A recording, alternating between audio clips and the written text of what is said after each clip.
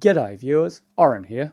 OSConfig is a security configuration and compliance management tool introduced as a PowerShell module for use with Windows Server 2025. OSConfig enables you to enforce security baselines, automate compliance, and prevent configuration drift to your Windows Server 25 computers. OSConfig has the following requirements. It only works with Windows Server 25. It requires PowerShell 5.1 or higher, which is in the box with Windows Server 25. And of course, you need admin privileges to use it.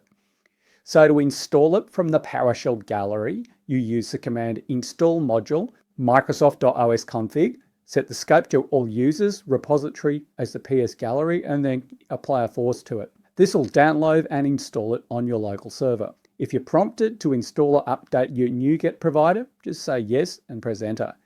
Now you can verify that the module is installed by running get module, list available, name microsoft.osconfig. And you can ensure that you've got an up-to-date version of the module and the most current baselines by running the command update module Microsoft OSConfig. To check which OSConfig commands are available in the module, just go get command, specify the module name Microsoft OSConfig.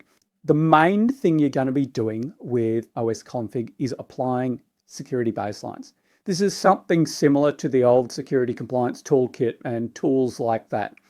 Now, OSConfig includes predefined security baselines for basic server roles. That is the domain controller role, member server role, work group member, as well as one related to secure core server and one related to antivirus. Once you turn on OSConfig and apply a baseline, it will actually monitor and enforce that baseline. Registry keys will be set or updated based on the JSON document, and it will ensure persistent compliance. So you turn it on and it'll keep renewing and refreshing your configuration. So here, what I'm going to do is I'm going to apply the member server configuration using set OS configuration. I set the scenario to security baseline, Windows Server 25 member server, and I apply the default. So I apply that. It requires a restart after you apply a baseline for the first time. Okay, now that I've restarted the server, what I'm going to do is I'm going to run the following command to actually verify the status. So if I run get OS desired state configuration, you can see here that it comes out and it gives you a report, and it's fairly detailed and not really particularly human friendly.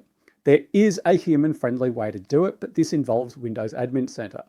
So if you've got Windows Admin Center and you connect to a server on which you've configured OSConfig, you can access a report about the security baseline and actually apply baselines using Windows Admin Center by going to the security blade and on the security baseline tab, viewing the baseline, and you can see here we've got all of this much more human readable, nice green compliant, and of course if it's not compliant it'll actually read as red. Now the first time you apply OSConfig, it automatically turns on drift control. What drift control does is it pushes a computer back into compliance. By default this runs every 4 hours, so it's not like root policy that runs every 90 minutes.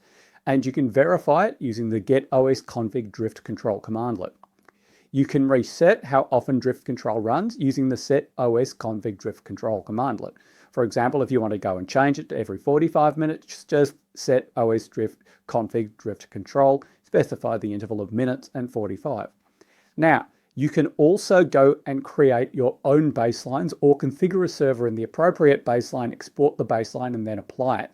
Now, that's way more detail than I want to go into here, but if you go into the links in the description, you can see how to do that. Anyway, that's OSConfig on Windows Server 25.